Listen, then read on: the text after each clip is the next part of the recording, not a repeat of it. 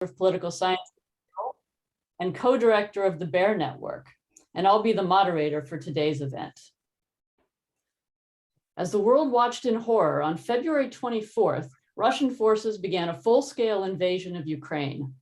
This was a major and shocking escalation of the military assault that had started almost exactly 8 years before, on February 20th, 2014, when Russian forces moved into the Crimean and Donbas regions of Ukraine. The current attack began right after the Russian government officially recognized the self-declared Donetsk and Luhansk People's Republics in Donbas as independent states. Although many expected a quick Russian military victory, instead, President Vladimir Putin's brutal invasion of Ukraine has so far turned his worst nightmares into reality. The brave, intense, successful, and public resistance of Ukrainians to the invasion has not only revealed the weaknesses of the Russian military, but has unified the European Union and North America in support of Ukrainian sovereignty and brought massive economic sanctions upon Russia that are devastating its economy. In response, President Putin has cracked down on dissenters in Russia and intensified efforts to capture key Ukrainian cities. So, how did we get here? What's happening now, and what can we expect as this war rages on? Today, we'll hear from 6 distinguished panelists who will each speak about an important aspect of the current situation. And afterwards, we ought to have 20 to 30 minutes for Q&A. So if you have a question, please type it in the Q&A box at the bottom of your screen at any time, and I'll collect and moderate them for later. In our discussion today, first we'll be turning to Timothy Bryk of the Kiev School of Economics, who'll be coming to us directly from Kiev, and I'll talk about the situation on the ground. And then in order, we'll hear from Lorenz Luthi of the McGill History Department, who will discuss the historical background to all this, with particular attention to the Cold War. We'll then turn to Magdalena Dembinska of the University of Montreal Political Science Department, who will talk about Donbass and the events of 2014. Then we'll move to Professor Aaron Ehrlich of the McGill Political Science Department on Russian disinformation in Ukraine. Professor Christy Ironside of the McGill History Department, who will talk about economic sanctions. And we'll wrap up with Professor Maria Popova, who's the Jean Monnet Chair and a McGill Professor of Political Science, who will discuss Ukraine, Europe, and the future. So Tim, let's move to you. And thanks so much for joining us today. We really appreciate it. Tim is coming straight from Kiev. Thank you. Thank you very much for your invitation. This is very important for all of us, for all Ukrainians, but especially for academics to be heard and to voice what we want to say. So this invitation, well, I appreciate it a lot. Thank you very much. My name is Timothy Bryk. I work as assistant professor at Kiev School of Economics. This is a private but non-profit organization. We teach economics, social science, management, MBA, things like that. So it's a relatively small school, but it is considered to be a top school in Ukraine in economics. We have international staff. We have people who publish in top journals in economics. It's quite international, and we were very lucky that our management, was very well informed and took all these alarms and rumors about war quite seriously. So we had our own security protocols, which were initiated quickly, meaning that we were moving very fast. We had chain of command, we had communication. So basically, we were able to ensure that most of our staff and students left immediately, and people were ready, with backpacks and routes and things like that. And so the school is operational, meaning that we work. We just work online from different towns in Ukraine. I have to say that some of our staff, alumni and students, are actually fighting in territorial defense. So, my co-authors, people with whom I usually write on papers, are now fighting with Kalashnikovs against saboteurs or Russian troops. All students volunteer. They try to purchase medicine or helmets or bulletproof vests from the West and ship it to our army. information flow is crazy. You know, I follow 10 or 15 different chats on all possible social media just to stay in touch with students, with coworkers, families, and other volunteers. Mm, Unfortunately, we cannot contact all of our students. About 3 or 4 students, I think, have not responded to us. They lived in north of Kiev, those suburbs that were attacked. We hope for the better, but we cannot, we cannot reach everyone. Um, about my own personal experiences, I'm staying in Kiev. This city is well protected, so obviously it has been a target for Russian troops. It is a capital city. It is a symbolic city. The president is here. It was bombed also in the first days of war, and there were saboteurs in the city. Nevertheless, right now, the city is much safer than many other places in Ukraine. I know, think about Kherson, Mariupol, Chernihiv, Kharkiv. These cities are bombed. Mariupol is becoming a new Aleppo. So in comparison to that, I feel much safer. So I am not enlisted to, territorial defense. I'm trying to be useful as a volunteer. My girlfriend and I were doing morning walks around our neighborhood. We try to check if we can be helpful or useful. It's very easy. There are a lot of volunteering organizations right now. Everything is on social media. There is actually a Google Sheet, an online forms where you can just type any request you need. For instance, I have a relative. She is old. She cannot buy food. Please help her. And immediately you have access to this database, and you pick up the call and you bring medicine to this person. So that's what we've been doing. We were also trying to, ensure security of our neighborhood by looking out for saboteurs. This is a very significant issue for our security. Russians use these tactics by sending, groups of people in advance, just Russian saboteurs who stayed in Kiev, and then they were either marking territories to target them for airstrikes, or maybe collecting some information. I have friends and family who identified saboteurs, called police or territorial defense, and these saboteurs were arrested. Couple nights we spent in a shelter. Our shelter is in our basement, but most Ukrainians also try to use, Kiev, people who live in Kiev, they also use subways as shelters. On the good side, the city is well protected. It's one of the best protected cities in Ukraine. The territorial defense is plenty, and the supply chains work well, meaning that you can go, you can make groceries. Big chains are working. You can buy milk, bread, food. You have electricity and running water. So in terms of humanitarian situation, again, Kiev is much, much better than many other places. Unfortunately, there are news about suburbs on the north. A couple days ago, some people tried to evacuate from there and they were killed. I had a friend in territorial defense who was killed. He was a voice actor who voiced Hollywood movies, and he was on the talent show X Factor. He was a singer, but he became a member of territorial defense, and he was killed 2 days ago. So it's a bad situation. It's devastating, but we try to keep up. Our school works. We provide analytical support to the government.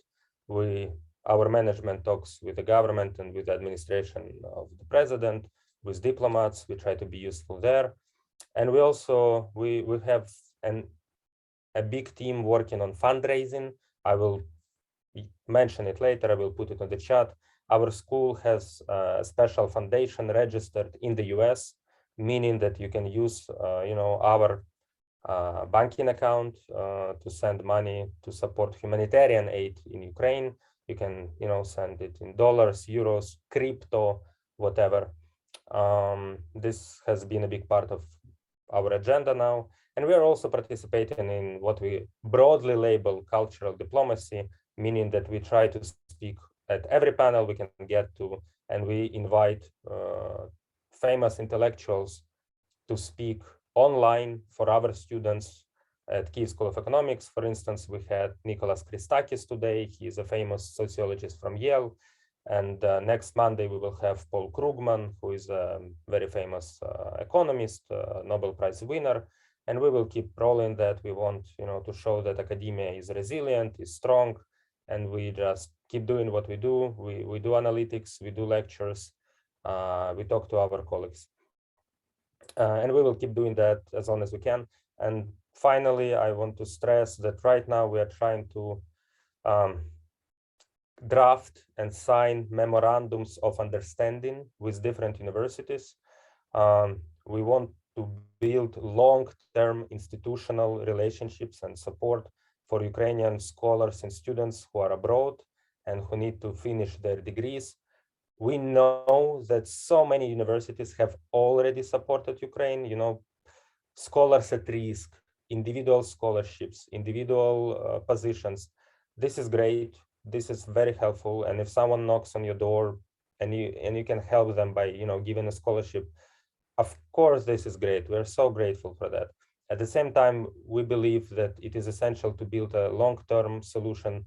We're thinking about global project, something like Erasmus, but for Ukrainians. So people who stuck in different universities around the world, they can rely on the long-term institutional support, and they don't feel abandoned as refugees. And they can just, finish their degrees and come back to Ukraine and rebuild the society. I will also post maybe something about it in the chat.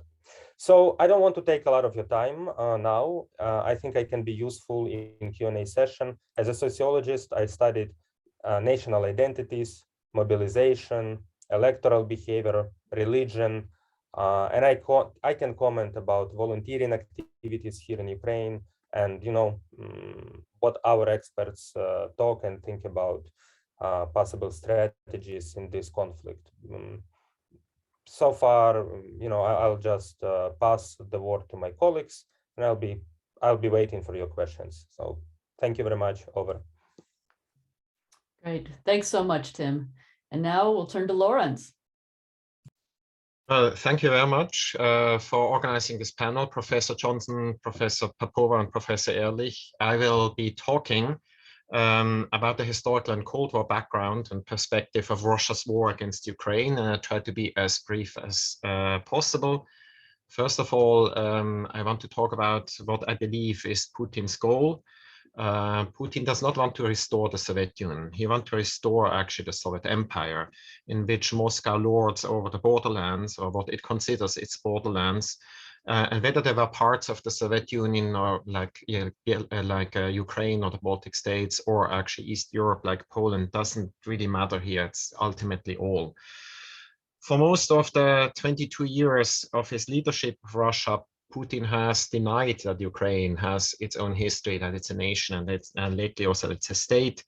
He has interfered in Ukraine's domestic affairs since the early 2000s. Think about the gas crisis in 2005.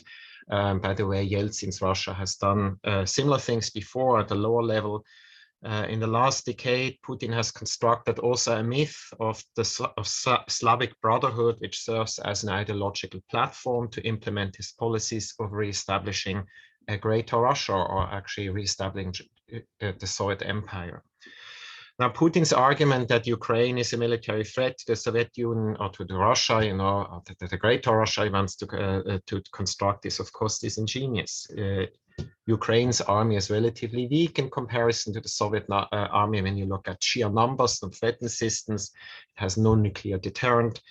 And this Russian claim is largely related to discourses Putin has resurrected and created, I think, roughly in the last 10 years.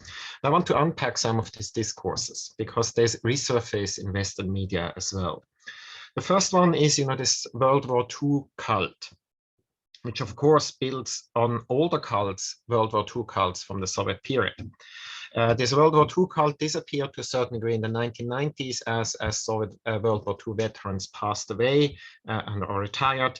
And it has been resurrected now under Putin, which is very odd, since it implicitly admits that Russia really has not achieved that much since victory in 1945. So you have really to go back 80 years to celebrate the last great success. It's an implicit acknowledgement. Keep in mind that the Soviet Union collapsed economically around 1990. Yeltsin's Russia was an economic disaster. Putin's Russia is doing better economically. It's stable, but it's not a particular vibrant economy. It is an economy thoroughly dominated by a small sliver of Russian society, which lines its pockets and transfers its ill-gotten wealth abroad. Unlike, in the 1980s and 1990s, Russia today can feed itself. It makes money with raw material exports. But again, it's not an economy that is particularly innovative. Russia's economy today is smaller than Canada's economy. It's smaller than Brazil's economy, and smaller than South Korea's economy, just to give you a perspective. And the fact that it's relatively small, despite its enormous wealth extraction and export, this is to a certain degree a choice Putin has made in the last 22 years. He could have taken other paths to economic growth. Now, on top of this new World War II cult is also in Russia the resurrection of an anti-fascist cult. This too has really deep sources in the Soviet Union. It goes back to 1945, when anti-fascism, against the background of the defeat of Nazi Germany, was often used to smear anybody who opposed Moscow. When Tito was expelled from the socialist camp in 1947, 1948, he was a fascist, until reconciliation in 1955, after which he received all the highest Soviet decorations. When NATO was established in 1949 against the background of Stalin's infamous Berlin blockade, it too was fascist. West Berlin's famous social democratic mayor during the Second Berlin crisis, Willy Brandt, who had to flee the Nazis to Norway in the 1930s, he was a fascist too. Until, of course, he became a valued partner in 1969 when Ostpolitik started. So I can go on now with examples here. So there's a long history of smearing opponents as fascists. The audience, of course, of this discourse is mainly internal, and it means that the Soviet leaders wanted to prove that they really protect actually the Soviet citizens against the bad guys abroad. But there is, of course, also an external audience, people in the outside world who were critical of their own governments, and some willfully accepted the Soviet discourse. And this is exactly what is happening now under Putin again, with this resurrected anti-fascist discourse. Hence the current charge that the Ukrainian government is fascist. In the last election in Ukraine, right-wing parties received 2.3% of the vote. Yes, 2.3%. By far one of the lowest shares in many European democracies. The Russian rhetoric blows out of proportion right-wing movements in Ukraine during World War II and in the recent past. Keep in mind, more Ukrainians per 100,000 died in World War II defeating German National Socialism than Russian state, just to keep it in perspective. And again, there are willing takers of Putin's bogus charge in the outside world, left and right, who are neglecting that Putin himself has deep ties to Russian right-wing and fascist movements, and has supported and funded similar movements in Europe in the last 10 years. Just think about Le Pen's Rassemblement, Farage's UKIP, Salvini's Lega, the AfD in Germany, the FPÖ in Austria, just to name a few. When Stalin actually, or Lenin used the Comintern, or established the Comintern, and Stalin a Cominform, Putin now has created something like a right-wing international. So there is some continuity in actually, what is going on. So finally, the Russian claim of Ukraine's neutralization and demilitarization, that too is an old claim. The Soviet Union demanded neutralization and demilitarization of Germany as a price for unification throughout all of the Cold War. Moscow didn't get this ever, not even in unification in 1990. West Germany and NATO had always rejected the idea, since they understood the Soviet rationale. Given the geographic context, all of Germany would have soon become Soviet influenced. This, of course, also applies to Ukraine, which is geographically much closer to Russia than Germany is. Neutralization and demilitarization of Ukraine will just delay what Putin really wants: seize Ukraine. This is what it's about. I think I have a minute. I just want to finish with a historical comparison.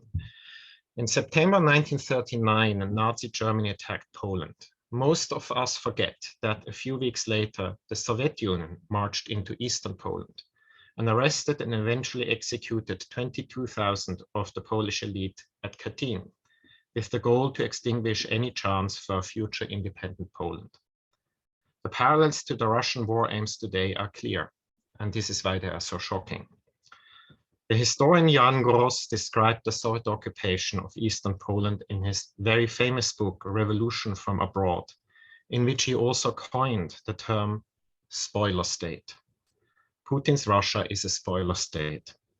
If it were not for its atomic weapons, we would at best consider Russia a middle power. Ordinary Russians and its elites and Putin need to come to grips with this reality, that Russia is not a great power anymore, and definitely not a superpower. Putin's war against Ukraine is an attempt to remake Russia into a great power.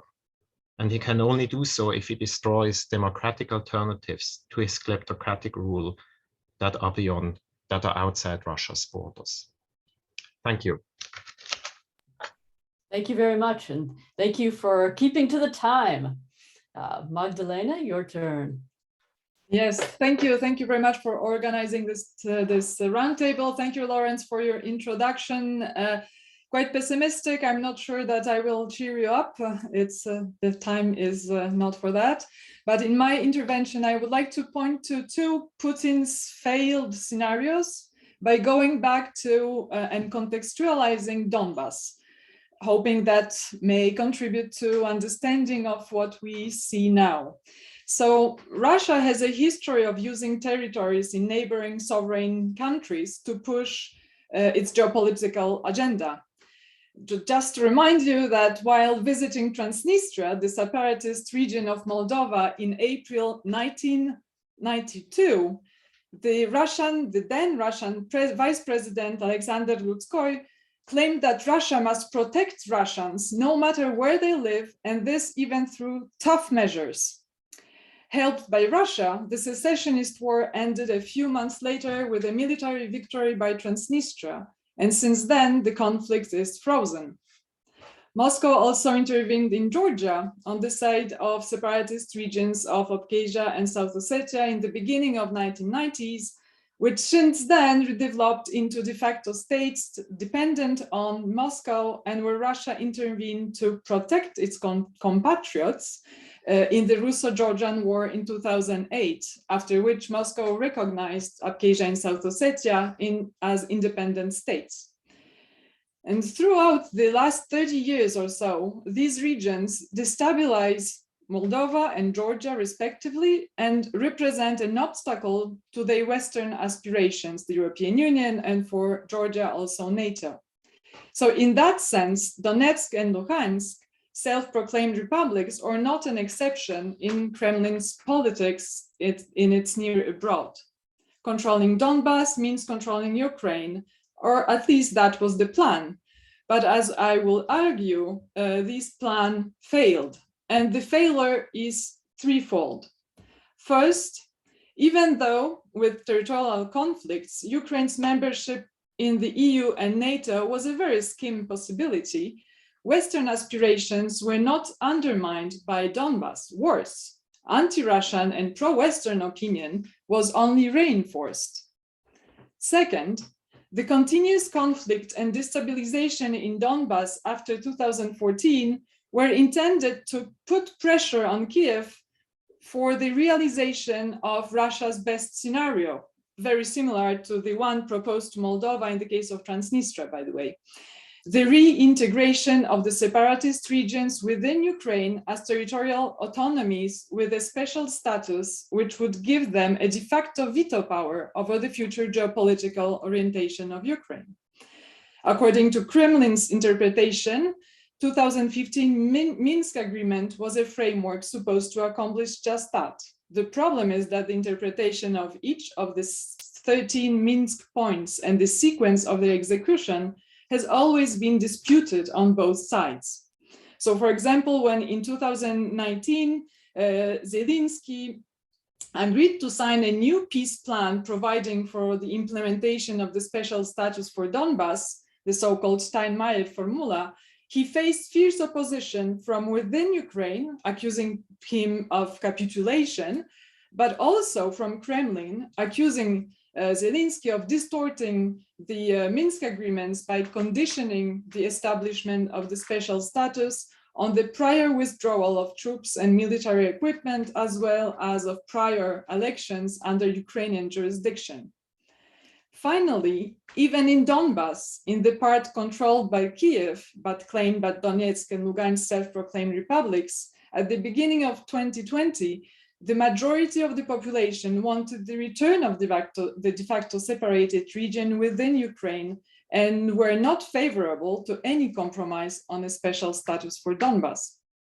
So Kremlin did not achieve its goals, nor not regarding Donbas reintegration, nor regarding the larger goal of pressing commitments on NATO. Some, or most of us, expected that the recognition of Donetsk and Lugansk by Putin was a Putin's way to partially achieve his goals without losing face, a kind of Georgia 2008 scenario, so ensuring control over Ukraine, that Ukraine does not join the EU or NATO by freezing the conflict within separatist-controlled territories or occupying the whole Donbas at the most. It didn't happen. An attack on Kiev and on territories to the east and to the south happened, and Donbas is not on the first pages anymore. The objective shifted from control over the separatists in order to control geopolitical orientations of Ukraine to subjugating Ukraine directly as a whole, or in order to recreate the Greater Russia, as Lawrence mentioned, or maybe at least, or in the short term, the scenario would be to partition Ukraine along some imaginary boundaries that would roughly cover territories of Novorossiya and eventually some portions of the Kievan Rus, something that Putin failed to accomplish in 2014. He mistakenly believed that by successfully annexing Crimea, he would shake Ukrainian unity and prompt the southern and eastern regions to break away and to form Novorossiya, a former Russian Empire province, including Kharkiv, Luhansk, Donetsk, and Odessa. That failed to happen. So whichever his scenario is now, Russian troops presently advancing towards Odessa give Moldova headaches. While Chisinau, together with Tbilisi, takes the opportunity of Ukraine applying for the EU membership to do the same on March 3rd, Transnistria demands again the recognition of its independence by Russia, among others. I will stop here and give voice to other participants. Thank you. Great, thank you very much. Now we'll turn to Aaron on disinformation. Can everyone see my screen, or can someone signal that they see my screen? We see it. Great.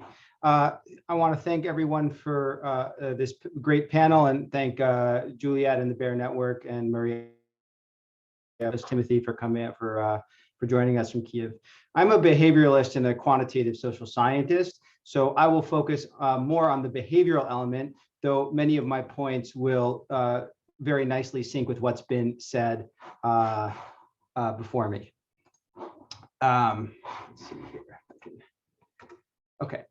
I want to make the following arguments. First, we knew before the 2022 invasion that Russia made that Ukrainians were mainly able to detect pro-crime.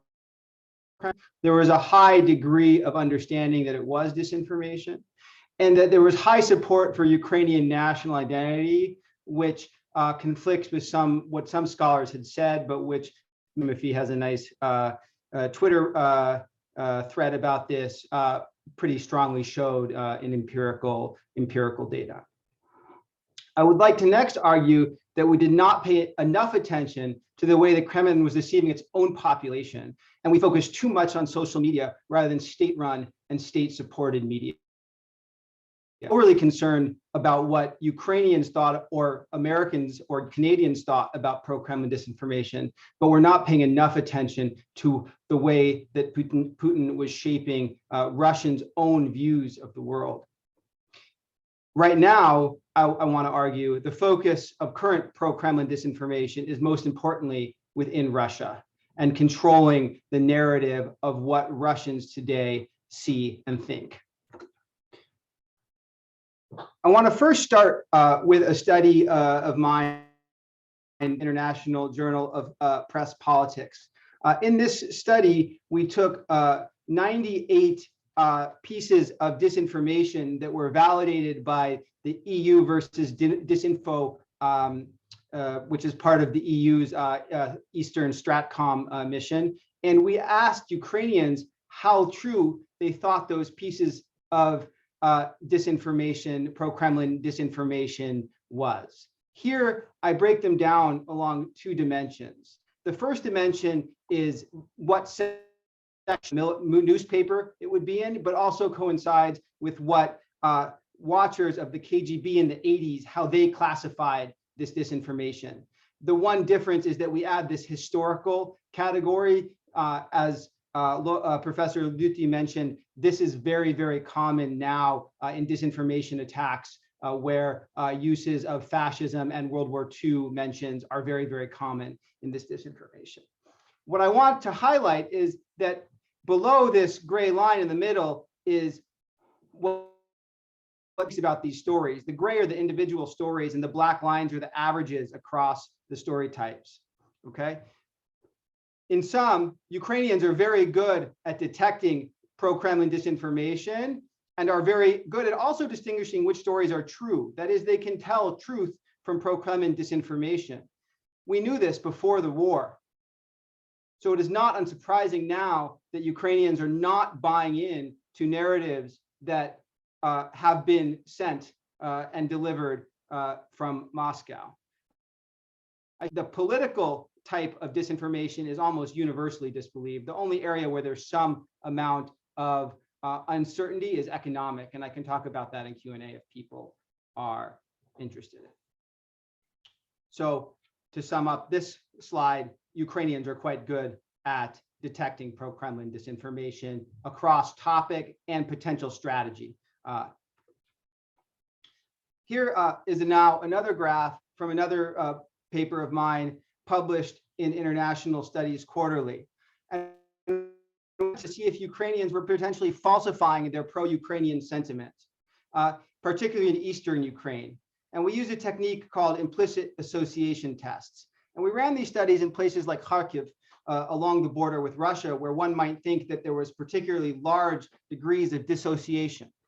And what I want to bring your attention to here are that there are 4 quadrants. And the upper right quadrant is that people explicitly state that they're pro-Ukrainian, and an implicit test suggests that they're also pro-Ukrainian. In this box, okay? Now, there are a few people in the lower right that have pro-Russia dissociation. They explicitly state that they're pro-Ukrainian, but they implicitly might be pro-Russian. But this is a very small minority of the population. Any Russian narrative that there is preference falsification going on here, and that Ukrainians somehow have an underlying and deep support for Russia above Ukraine is not supported by the data. Okay. So as Timothy noted on Twitter, and as I said before, others mentioned this, Ukrainian national identity was fairly strong and likely getting stronger, and Ukrainians were not particularly susceptible to disinformation, as many had worried. Their ability to detect disinformation was likely galvanized by Donetsk and Luhansk, aided by Poroshenko's banning of Russian media, which is, I think, in retrospect, a very, very smart move on the part of Poroshenko. There's a study in the American Journal of Political Science that actually shows that even those along access to Russian state media much stronger and were more supportive of pro-Russian positions. So the banning of Russian media, while a huge issue, a freedom of speech issue, likely was helpful in containing patently false narratives that were being put out by the Kremlin. Also, I think that the donor industrialized world and donor community was probably helpful in funding programs like Stop Fake and EU versus Disinfo that highlighted to Ukrainians and helped Ukrainians highlight to each other the fact that so many of these stories were fabricated and did not meet the basis of scientific evidence. So where does that leave us? Well, we did not pay enough attention to Russia itself, as I've argued. The main issue was the main issue is now Russian views and relationship to the truth. At the outset of the invasion, Russia started off with some of its old tactics. If you look at the dates on this set of was provided by Bellingcat, they were starting their own tactics of trying to fabricate what was going on, particularly in Donetsk and Luhansk and along the border with Russia. But they have appeared to have largely given up in Ukraine and surrounding countries, though there's still some of it going on. I would say that they are more focused on wholly suppressing and manipulating Russia information within Russia itself. There are a number of strategies here. For example, in a way similar to organized NGOs were created in Russia, they are creating fake fact-checking organizations within Russia, where this is from a report by ProPublica, where they are apparently fact-checking fake Ukrainian news, many of this of actual events that happened. So they are claiming as fake that, for example, Mariupol was bombed, or that Russian tanks, a certain number of Russian tanks had been destroyed, and labeling it as fake as a operation. Okay, as many of you may know, there's also been very strong laws now passed in Russia. You cannot refer to the war as a war. Indeed, that is potentially punishable by up to 15 years in prison. So there, at the same time, information is being falsified and manipulated. It is also being suppressed. And Russia will very soon have an information environment akin to China's in many ways. I attended a cyber policy roundtable hosted by Stanford, and that was the main question asked there. How does one get information into Russia now? Okay.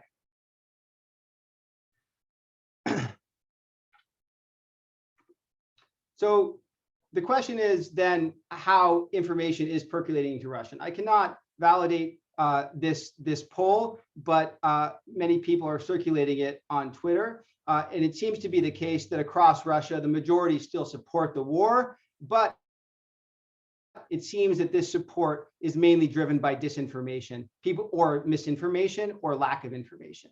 So most people are sympathetic towards Ukrainians, but they believe or totally trust Russian media sources. And the Russian media sources are telling a narrative of the war that is very, very far from reality. I'll end there. Okay, great. Thank you very much. And if you could stop sharing your screen, we can see others.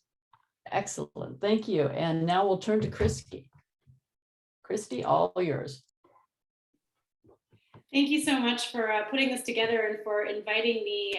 I was saying before during our little practice session that it's been really hard to write my little talk today because things are coming so hard and fast in terms of the economic story that we're witnessing right now. So in the past 2 weeks since the war began, we've seen massive sanctions applied to the Russian economy, as well as massive divestment. And all of this, as I said, it's come so hard and fast that some of us in the kind of economic history community have been saying, like, are these sanctions, or are we engaged in financial warfare right now? Is this another form of warfare that is being used? Since, you know, the Western countries are not getting involved militarily, but they are certainly waging a financial warfare campaign against the Russians in some senses. So the Russian government had to have seen at least some of this coming. This is something I want to emphasize. So after the annexation of Crimea in 2014, it was hit with a number of sanctions. These were much more targeted than some of the structural ones that we're seeing right now. So they were hit with sanctions on access to certain technologies, especially things that go into the oil and gas exploration industries. They were hit with bans on certain banks' access to credit and sanctions on certain individuals who were believed to be close to Putin. And in the wake of this, in the wake of 2014, the Russian government took a number of steps to try to insulate the economy against future sanctions. Some of the most important things that it did was moving assets out of dollars, out of US dollars, and into euros and Chinese yuan. It also created its own national payment messaging system, the system for transfer of financial messages in case it was cut off from SWIFT, which was one of the things that we all saw happen right away after the war broke out. It developed massive foreign currency reserves they're held in foreign banks in Europe and elsewhere, an estimated 630 billion US dollars, in part to be able to prop up the ruble. I can tell you from personal experience, because I was in Russia in 2014 when the ruble crashed. It went, sort of haywire over the course of the day. And one of the things that the central bank did then, this was in December of 2014, is it intervened to try to stabilize the exchange rate. Essentially, it bought bad rubles with good hard currency to generate demand for the ruble on currency markets to keep its value up. The most recent financial sanctions that we've seen in the last 2 weeks, they make it harder for the Russian central bank to do what it did in 2014. That is to intervene in the currency market to try to prop up the ruble, whose exchange value is in free fall. It went from around 70s, in the 70s to, I think I checked this morning and it was around 130 to the US dollar after these sanctions were imposed, and it keeps getting worse. The sanctions have also frozen access to those foreign currency reserves. Now, granted, they still have access to some of the reserves that they have. So they still have access to what they have in Chinese currency. I checked this morning, and the most reliable estimate I got was about 13% of them are in the Chinese currency. But a lot of them are frozen. So about 35 foreign governments have signed on to these sanctions. China, again, is the only one that hasn't signed on in this sense. Russia's also sitting on the world's largest gold reserves in addition to foreign currencies. It has a massive amount of gold, but gold is a much harder asset to convert. It's not very liquid. So in sum, what I'm trying to convey here is that rainy day fund that Russia put together after 2014, much of it is inaccessible right now to the Russian government. Russia can also not only prop up the exchange rate of the ruble the way it did before, it can no longer service its foreign debt as a result of these sanctions. This is the thing that we should be watching going forward. Its credit rating has been downgraded. So its local and foreign currency sovereign debt has plummeted from investment grade BBB minus to CCC minus, so pretty low. Which signals to investors that a default is imminent. This is what people are starting to anticipate is going to happen. It has also banned payments. Russia has banned payments on bonds to foreign investors. The next payment is due on March 16th, so we should be watching to see what happens then. But it's looking increasingly like the government cannot make payments on that. It has announced a series of counter sanctions in the last couple of days in particular. So Putin announced a pause on exporting key minerals and fertilizers. Russia exports a lot of things that you might not necessarily have on your radar. Of course, when people boycott Russian products, they immediately go to vodka. They don't think palladium or, or various kinds of fertilizer, but those are the things that they export. They haven't exactly stopped selling oil and gas yet, right? Because this is the main thing that there's a carve out for in the sanctions, so they can continue to make revenue from oil and gas because nobody wants to turn off the gas. It's still, we sitting here in Montreal might think that we're still really in winter, and it's not really winter in Europe, but it's still cold, right? Nobody wants to turn the gas off so that they can't heat their homes, but also, for their cars, right? So they have not put an end to that yet. Regardless, Biden announced the other day, President Biden announced a halt on Russian oil imports, and the EU has announced that it's planning to cut its imports of Russian gas by about 2/3. So that source, that last remaining source of income, it might be declining any day now. What do these sanctions mean for ordinary Russians? This is my area of expertise, to be honest. I'm not an expert on sanctions per se, but I'm rapidly becoming an expert on what sanctions are doing to Russians. I'm sure many of you have seen images in news stories in the last 2 weeks of Russians lining up for hours to withdraw cash from their bank accounts, from ATMs, preferably in foreign currencies, although that's not possible so much anymore, but also in rubles. Not that anybody is going to be able to travel abroad anytime soon because the flights have been canceled heading west. It's not entirely the case that they can't leave the country. Lots of Russians are leaving. It's really hard to get a sense of how many. I'm seeing reports as high as 25,000 people a day are leaving the country. But right now, it's very difficult for them to do that for a couple of simple reasons. One being that their credit cards no longer work outside the country because MasterCard and Visa have pulled out. Maybe they can work around that by getting a Mir card, which is tapped into the Chinese system of payments, but it still means that it's hard to access their money even if they're able to go. And the ruble's exchange rate is severely not in their favor at the moment. The government announced the other day that it would ban selling foreign currency to citizens until September, which in some sense is a kind of de facto end to ruble convertibility.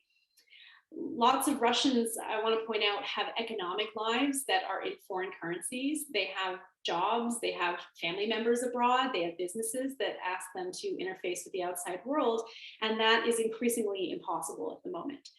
It's also not uncommon for Russians to have dollar-denominated mortgages. This was something that came up in the wake of 2014 when the ruble crashed. Many people had had mortgages that were denominated in dollars because they offered lower interest rates. They were more attractive mortgages. And then when the ruble crashed, the cost of paying for their apartment went way up. And it's still not uncommon for this to exist in Russia. And so those kinds of people who have economic lives that are denominated in rubles, sorry, not in rubles, but in currencies other than rubles, they're going to get walloped once again because of this. In addition to the official Western governmental sanctions, we've also seen a wave of informal or sort of de facto sanctions or embargoes because dozens of major foreign multinational firms have begun to divest from Russia because they don't want to suffer the reputational damage of staying in. I was looking at some images earlier this morning of the department store Tsum in downtown Moscow. If you've been to Moscow, you know what I'm talking about. And this is a place that's just filled with these luxury brands, Dior, Gucci, this kind of thing. And it's practically a ghost town already because those stores have closed up shop and they've moved their products out. In some cases, they've ended their leases already. They're pulling out. McDonald's, which was one of the first foreign chains, not the first, but one of the first foreign chains to appear in the Soviet Union. And when it opened in 1990, just before the Soviet Union collapsed, it was seen as this really important milestone, this step in the direction of Westernization, globalization, and all of the rest. It has paused operations. It has not actually pulled out. It's been sort of erroneously reported as having pulled out of the market. It's not pulled out of the market yet, but it has paused operations, as has Starbucks and a couple of other big brands. McDonald's is continuing to pay its workers' salaries in the interim while they pause, but that's not the case for other brands that have pulled out. So, when we're thinking about the hit to people's living standards, this isn't just people's inability to, go get a Big Mac or buy a latte. We're going to see massive unemployment in the wake of this, not just in those specific industries in retail and, food service, but also in all of the related industries that supply them, right? Because we're going to see the effects of this just sort of, ripple throughout the entire economy. So in the meantime, because of all of this, we've seen a lot of kind of classic panicked behavior on the part of Russian citizens. We're seeing a lot of hoarding, a lot of panic buying. There's a lot of images circulating on social media, even though, again, there's tight information controls, as Aaron just talked about. But people are posting things that they're not able to buy in stores, flour, vegetable oil, things like this. There's even talk of bringing back price caps because there is worry around prices rising too high for things that people count on to be able to, just part of their ordinary diet, things like grechka, like buckwheat. Putin signed an order yesterday providing relief for the economically vulnerable. So for poor citizens, pensioners, businesses that are suffering from the impact of sanctions, but it's not entirely clear what this is going to entail yet. He hasn't, the plan was sort of light on detail. So the last thing I want to say is that the Russian economy is looking really terrible at the moment. It really does look like it's teetering on the verge of collapse, and it's growing more economically isolated by the minute. I'm a Soviet historian. It's hard not to see a lot of parallels between the current moment. Just today, there were some rumblings. They announced they were going to potentially nationalize the things that are the property that's being left behind by firms that are pulling out of the Russian market. And there was a part of me that immediately thought, you know, am I in 2022 or I'm in 1922? What's going on? You know, I really don't know what century I woke up in. But the point is, we're seeing some parallels. You know, we're going back to a period in some ways when the ruble was non-convertible, when there were frequently, you know, empty shelves and hungry citizens. At the very least, Putin has sent the country economically back in a direction that he very explicitly promised would never happen again under his watch, which is the economic instability of the 1990s when a lot of Russians lost everything. I will leave it there. Great, thanks very much. And finally, we'll turn to Maria for a look at Ukraine, Europe, and the future. Thanks, Juliet. Hi, everyone. So I actually want to finish this on a slightly optimistic note. And also, I want to talk about the EU and Ukraine because the EU is meeting later this week to discuss Ukraine's now official application for accession for membership. So what I want to argue today is that the EU should open accession negotiations with Ukraine as soon as possible. Not because Zelensky is an inspiring leader and heroic Ukrainians deserve EU membership on this moral ground because they're fighting for freedom, but actually because Ukraine is ready to meet EU membership criteria and because it will only be more ready, politically speaking, to do that once the war is over. We already know that Ukraine has been a functioning democracy for a while, at least 15 years, 20 years, however you want to time it. But a lot of people are talking about or adding the flawed democracy, sort of the flawed descriptor there. But what we want to argue, or what I want to argue today, is that it's actually a better democracy than we think, and it will be even better after this war is over. First, I want to start with the issue of high state capacity, which the Ukrainian state is demonstrating really clearly right now. As Timothy mentioned in the beginning, this is a state that is functioning under literal attack. You know, trains are running, the state institutions are working, people are working from shelters, from their houses in the village.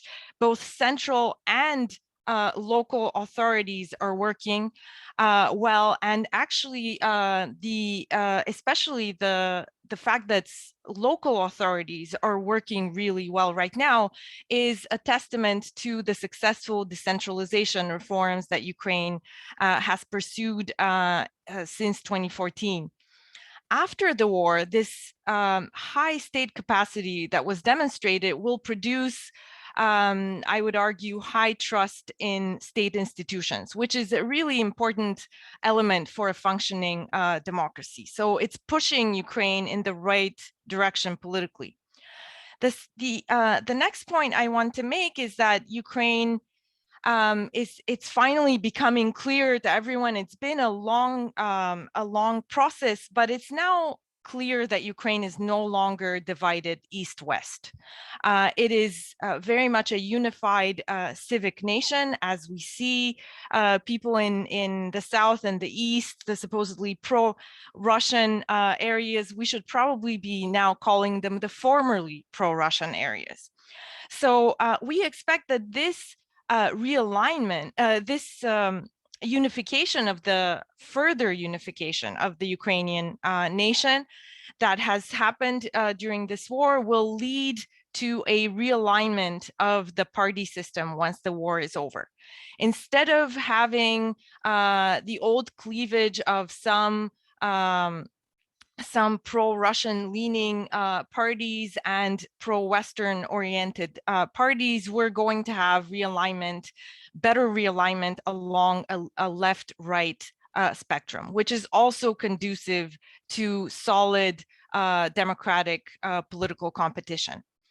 We also think that memory politics will improve without the specter of Russian aggression after this war is over, and previously polarizing policies like decommunization laws, like debates or competition between differently oriented Orthodox churches, all of those things will decrease in salience, and the potential for them to divide society will decrease. A final policy area that I want to mention, which is particularly important for EU accession, is rule of law reform and judicial reform. And I will emphasize here that these reforms have proceeded significantly in the last couple of years. There were, right as this war started, Ukraine was actually on the verge of achieving some major breakthrough in judicial reform, in cleaning up the High Council of Justice, which is often a very prickly and difficult institution in post-communist countries. They achieved this through high involvement of civil society organizations that are pushing judicial reform, and also through really tight cooperation between these civil society organizations and European partners. And after this war is over, they will be even, the government of Ukraine will be even more motivated, will have strong political will to push these reforms to their completion. So basically what we're seeing is that Ukraine is already ahead of laggards within the EU on judicial reform, on the rule of law, like Bulgaria, for example. And it's of course ahead of the backsliders in the EU when it comes to judicial reform. And that also bodes well for European integration. And then the second point I want to make here is that it's not only that Ukraine deserves this, but the EU needs a Ukraine in Europe. The EU will benefit as a community from Ukraine in Europe. I mean, we already see that the fight that Ukrainians are putting up right now is injecting a great dose of Euro enthusiasm, which is something that we really haven't seen, I would argue, since 1992. That's the level of unity within Europe that this crisis has induced. So the next point is that the future of the EU after this war is over is that it will have to reorient towards Russian containment. And Ukraine knows how to do this. It already has experienced 8 years of fighting disinformation and dealing effectively with disinformation, for example, as Aaron mentioned, while remaining a democratic regime. So there are a lot of good lessons that Ukraine has for the EU in how to deal with containment of a hostile Russia, which we now have. So I'll end on this note. Later this week, the EU should open negotiations with Ukraine. Thank you. Wow, well, thank you, Maria. That is a dramatic note to end on. We have lots of questions. Some have been answered by text in the chat, but others have not. I will combine them as best I can so we can get in as much discussion as possible. First, early on, we had a question.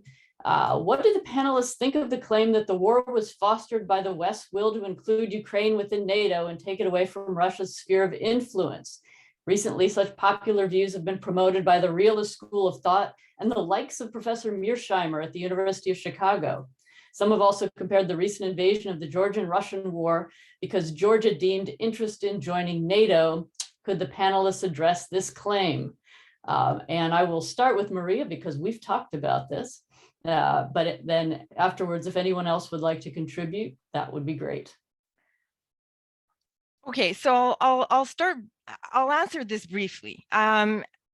This argument has been made, but really the NATO caused this argument is a red herring. It's a red herring because for several reasons.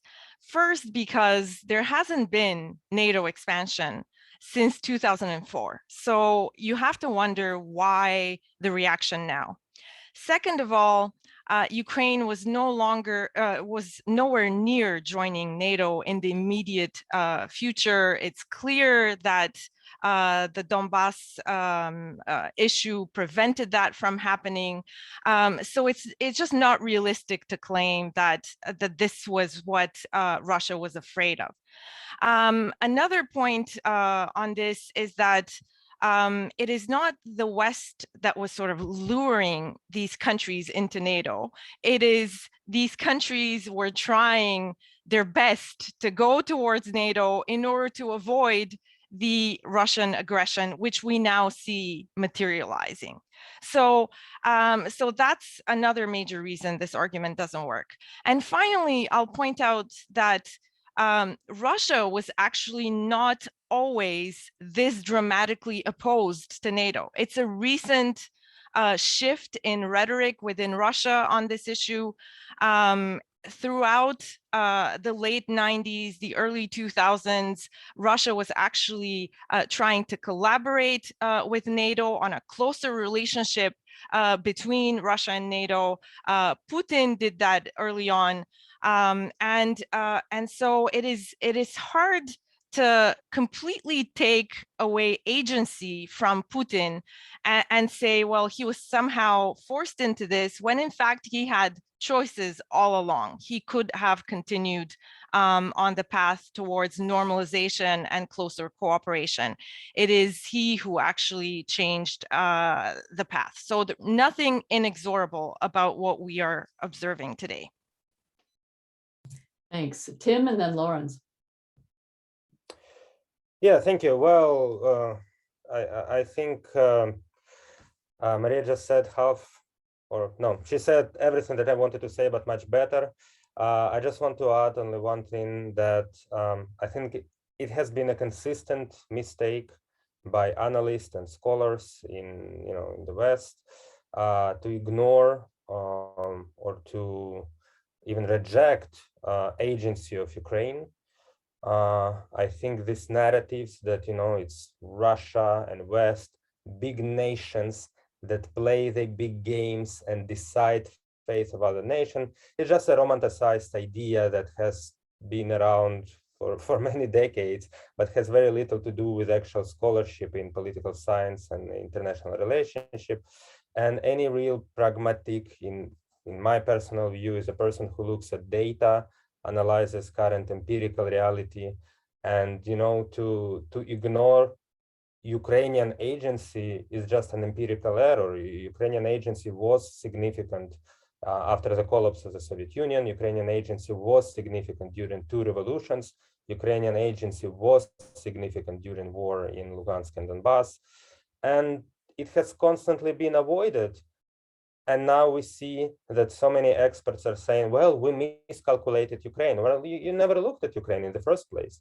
So I just think that it's a cliche, and a cliche has to be updated. Absolutely. Lawrence. Yeah, one very brief to also address this claim. I mean, it goes back to a claim that supposedly the United States made a pledge in February 1990 that NATO would not expand into East Europe. This is a misreading of the documents. The most complete actually interpretation of this episode and of NATO expansion in the 90s into the early 2000s has been written by a good colleague of mine, Mary Sarotti. It's ironically called Not an Inch, the book.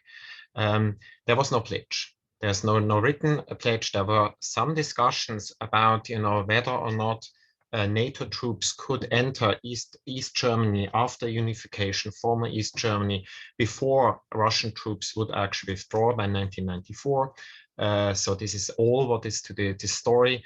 in the Unification Treaty of Germany, it was explicitly allowed that NATO troops, first German troops and then NATO troops, could actually move into former East Germany. And as my previous speaker said, in fact, Gorbachev himself encouraged Hungary and Poland to actually make a free choice in early 1919 and said the Soviet Union has nothing against you actually joining NATO. It is very clear. So this is also, as Professor Popova said, a red herring that has been put out by Putin's propaganda machine, and we have just to call it. And I'll give Magdalena the last word on this question. Yes, just I agree completely. I will just maybe repeat something that Marlène Laruelle said at some point in the webinar, that whatever we might think about the post-Cold War development of European security, whose the fault is where, Putin had a choice and he attacked. And this is something we should separate. It's two distinct things. And on Georgia, I will just jump on the Georgian question. I think that, yes, we can compare Georgia to Ukraine, but something very different happened in Ukraine right now is that in Georgia in 2008, Russia did not go to Tbilisi. It actually stopped on the administrative borders of South Ossetia and Abkhazia, and this is the big difference because with the frozen conflicts in Georgia, still Putin has controls the orientation of Georgia, and the possible membership is really very skim with the territorial conflict on the ground. So for Georgia, but in Ukraine, what we see, well, yes, they did not stop on de facto states. Thank you. Great, thank you. And the questions are coming in fast and furious. We have a variety of questions that deal with Putin, his mindset, his role in the disinformation process, his leadership, and the future of his regime. So here, what I'll do is I'll first ask one of the questions of was this in some way a failure of Russian intelligence? That is, has Putin, in the words of the questioner, drunk his own propaganda Kool-Aid and allowed no room for dissent? And so because of this, he very much misunderstood the situation in Ukraine and how much resistance he would encounter. Similarly, someone else asks if the information shutdown that's happening in Russia now will allow Putin to continue to shape the narrative domestically, in particular, shape the narrative around sanctions to blame it on the West and to cause a rally around the flag effect. Others wonder if the resistance to war within Russia, if the protests that we've seen, despite this information crackdown, is going to really be a threat to Putin's regime. Is the protest a threat? Will the sanctions have an impact on his leadership? In sum, is he doing much of this in order to stay in power? And in the end, do all of these things we're seeing now, the sanctions, the protests, the felt need to crack down on dissent domestically, really represent a threat to his regime? Who wants to take it? Why was Putin misinformed, and will he continue to be so? Tim. Yeah, well, there are a lot of broad questions here, yeah, and I'll try to break down my answer in bullet points, also to allow other speakers to talk. So, yeah, I think it also kind of echoes what I was saying before about these narratives. I think for decades, Russian academics, Russian intelligence forces, Russian political elites, for some reason, have invested a lot of resources, and I mean media resources, statuses, salaries, to people who produced rather narratives than scholarship. If social science has become just a machine to produce narratives about, cultures, civilizations, spirit of nation, and all other quite outdated mystical concepts. And somehow Russians were buying it. Why not? It's nice to rally around the flag and to say that we are a great mystical country. For some reason, Western societies also bought this story and accepted this narrative that Russia is just one of the greatest and mysterious countries in the world. And I'm not surprised that political elites in Russia has already, believe their own propaganda. I can tell, just a small example from experience of my friends, experience of my families here on the ground, that even Russian saboteurs were not very well instructed about Ukraine and Kiev and other places in Ukraine. They were speaking Russian language. They were speaking with thick Russian accent. It was so easy for my friends to identify them and to call to police because they did not realize what they were doing at all. The intelligence was very bad. But I think that the key point that I'm trying to make here is that authoritarian regimes, sometimes they can be very successful. Sometimes they can build nice intelligence, supplies, army, but the Russian authoritarian regime, the regime of Putin, is deeply corrupted, is deeply not professional, with very low human capital and with very low intelligence. And it just doesn't work. So I'm actually, as a Ukrainian, I'm not really afraid of this regime. I would be really afraid of Russia if they were, investing way more resources in their intelligence and capacity and institution building. But what we see now is that this is just a deeply flawed state, and it's ruining it from the within. And from that perspective, I will also answer to the question, like, what is going to happen, in the future. And I think, what if you turn off the TV in Russia? I think that Russians can rebuild their society. It's just a matter of capacity building. If you take out unprofessional leader, you can rebuild your society, you can rebuild your institutions, you can rebuild markets, you can rebuild democracy, you can rebuild media.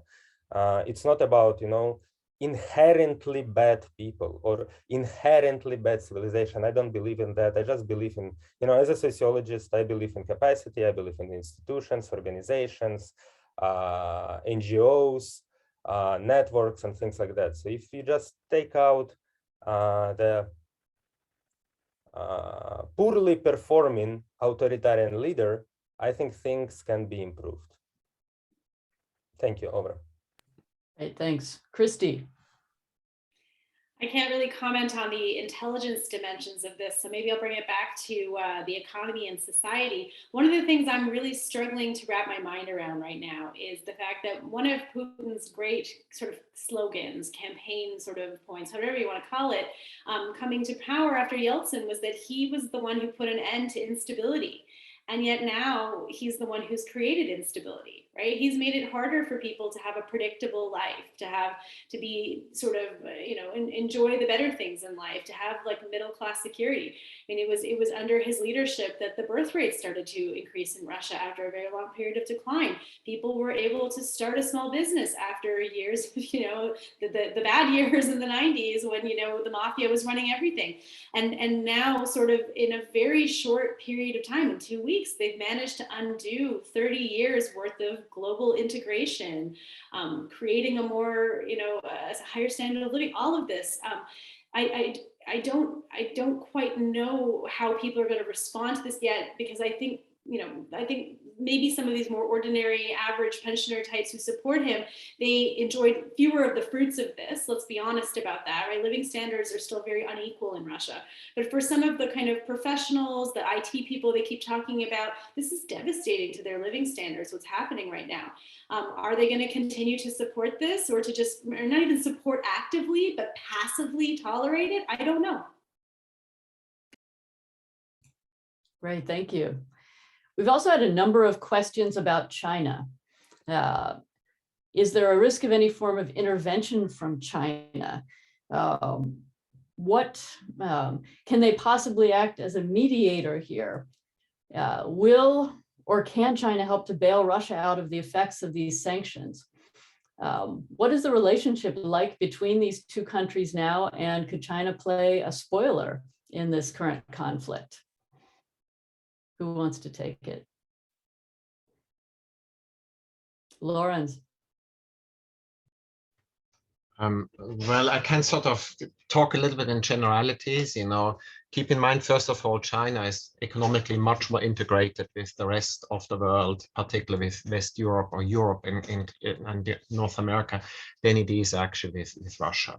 It's 5% of its trade, as far as I remember, is with Russia. And that's, much, much less than with large parts of the outside world. So what would be the incentive for China to stick it out with Russia? Well, that's really difficult to see.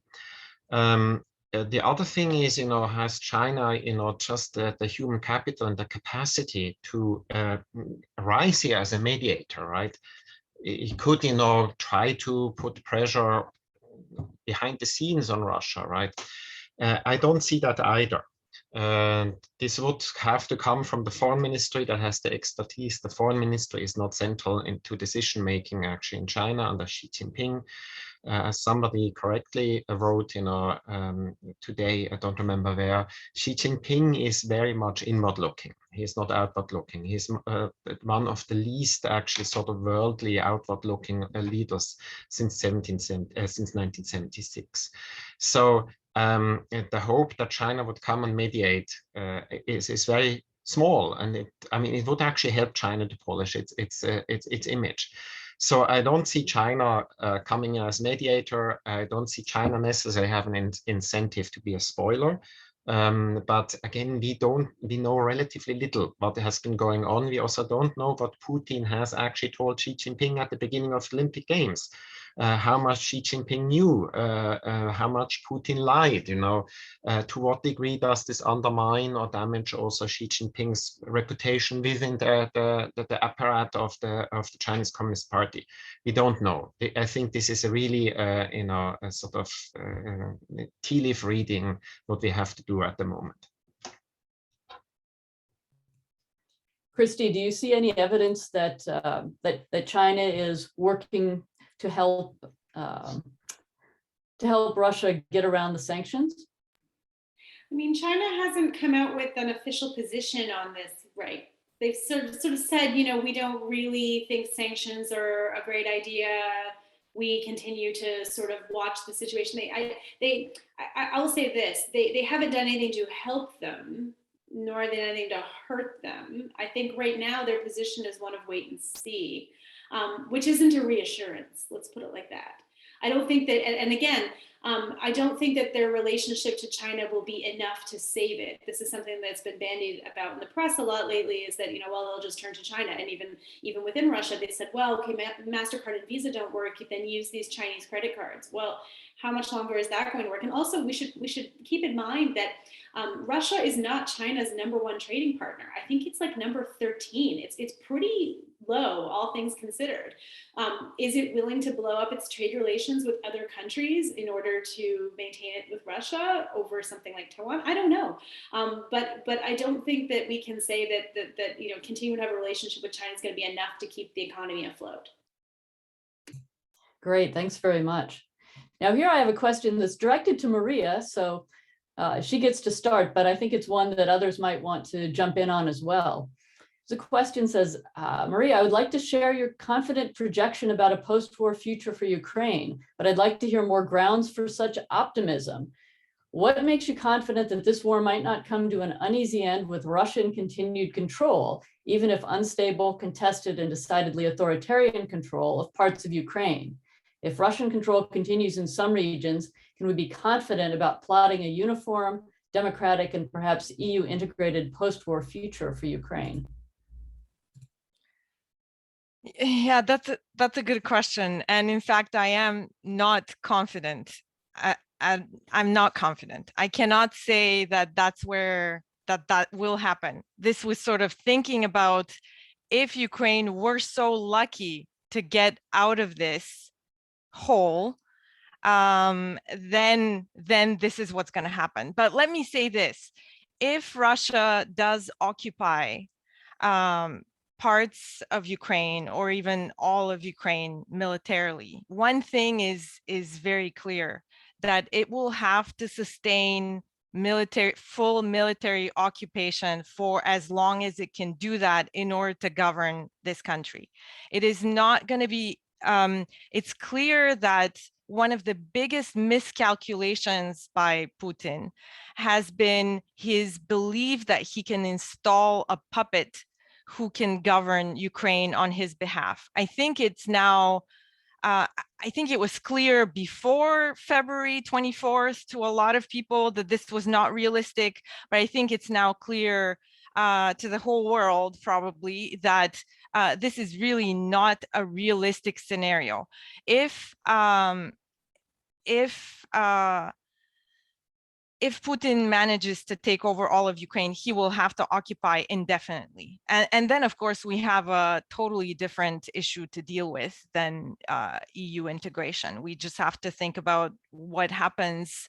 How can the international community sort of tolerate the full subjugation of one country by another? Well, and continuing on that, there's another questioner that asks, should the EU plan for the possibility of rapid political and institutional change in Russia itself? If the invasion of Ukraine is a political tipping point as well as a serious miscalculation by Putin, what does the panel think is the probability of its downfall and the emergence of genuine democracy and social market economics? And if this occurs, should the EU plan how to facilitate this without repeating the mistakes of the 1990s? How optimistic do people want to be? Should I take this? Sure.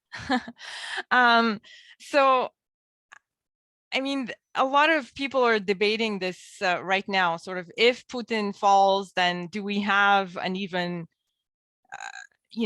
chaos and even worse outcome, as some people are claiming, or do we have this completely optimistic, very optimistic scenario where Russia makes a transition to liberal democracy and a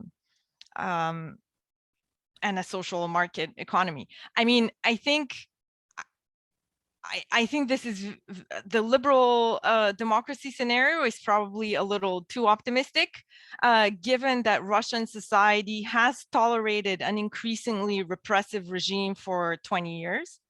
But at the same time, the extreme pessimism of people saying, well, any Russian leader will look like Putin, I think that is also extreme pessimism, which I don't share. I think if he is removed for this war that he prosecuted against also the wishes of the majority of the Russian people probably, then his replacement by definition will be preferable.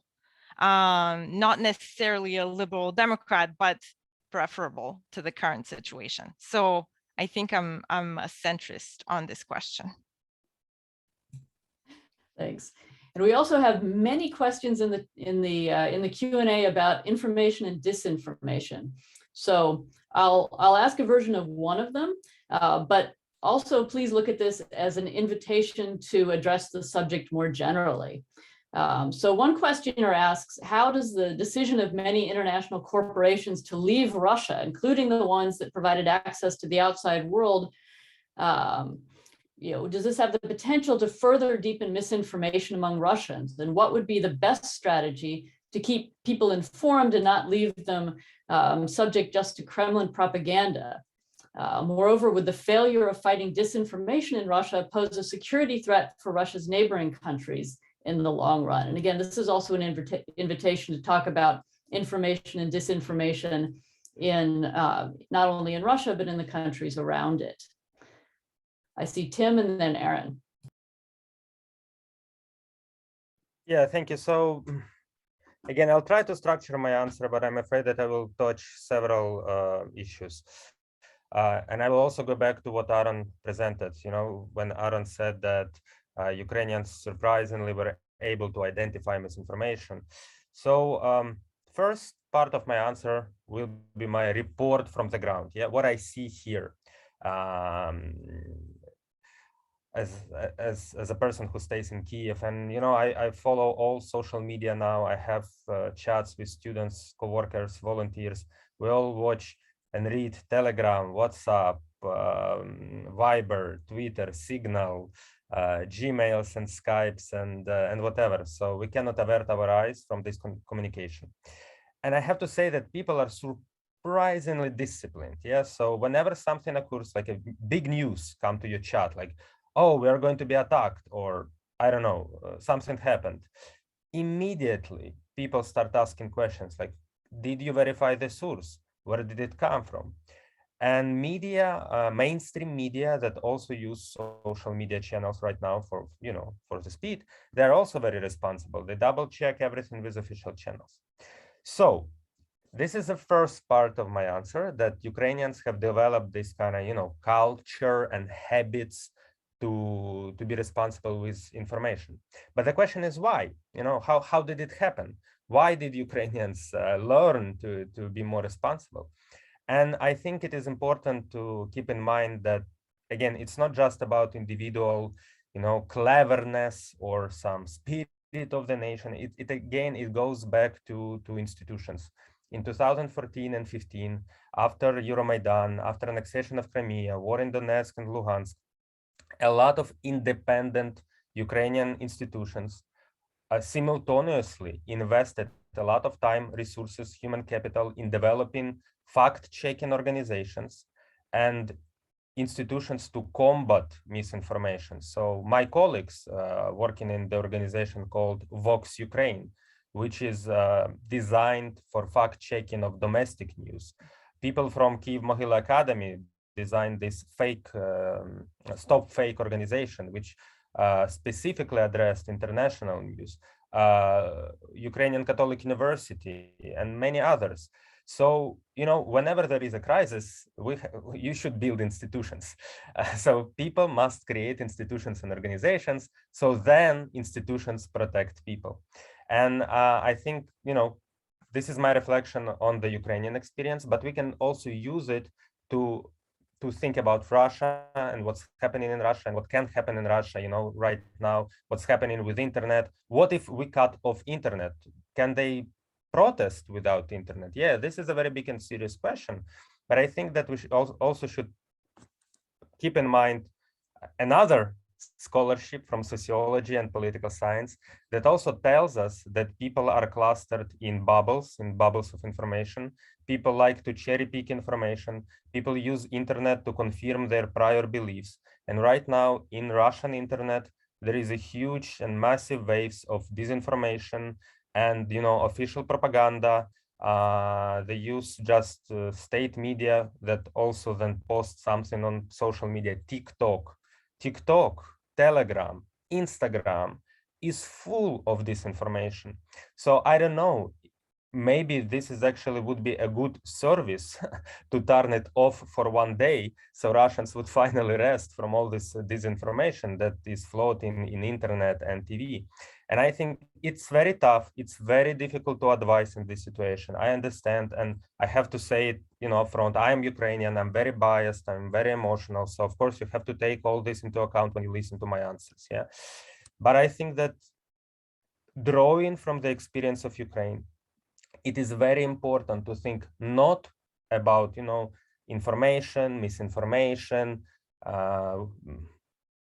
whether Putin is genius or not, whether Yanukovych was genius or not. It is important to think about organization of protest. Yeah. So people in Russia must learn how to organize and create sustainable organizations to fight against the authoritarian regime. And they should develop their communication protocols with or without internet. They should develop their hierarchies. They should build institutions to protect themselves. And I don't think that cutting off TikTok is going to hurt Russians. Maybe it will also help them a bit, because the channels will be free from bad information, so they can signal high quality information to each other when they will try to organize. But again, an opinion of the emotional Ukrainian. Okay, over. Thank you very much, Tim. And as we're running to the end of our time, we'll give Aaron the last words. Okay, I'm not sure I'm deserving of the last word here, but I think this is a challenge of our time in a way. There's a lot of very good research out there now that shows that increased friction, that is anything that makes it more harder to access information, be it a paywall or a VPN, or even makes people less likely to access it. And so in the current paradigm in which we're thinking, anything that shuts off information channels or makes it harder to access information, like getting a VPN, somebody asked me a question about that, is going to reduce Russians to information. And so I think that I'll just re-up what Timothy said, is that there both needs to be a cultural change particularly in North America and in Europe about how people interact with. There needs to be an institutional change in the way that people organize around sharing and promoting information, because in the current way that information gets propagated, it's not going to resolve the problem in Russia. I mean, the optimistic is that that lots of questions asked about people on the street and will that change? I don't think it will. I mean, the historians will know better. The Soviet Union fell when the leaders decided that it was fall, and then everybody woke up. And so this is going to be an elite question, I think, in the case of Russia, not a bottom-up question in the short term, which is potentially unfortunate, but I'm a bit pessimistic on that front. All right, thank you very much. And with that, we've come to the end of our time. I'd like to thank our audience, our panelists, and especially Professor Timothy Brick, coming to us straight from Kiev. Again, we're going to, this was recorded, so this exchange will be posted on the BEAR website if anybody would like to watch it again, or if you would like it to refer it to others. Thank you so much for joining us today. And please join us in the future for other such panels. Have an excellent afternoon. Thank you very much. Bye-bye. Thank you.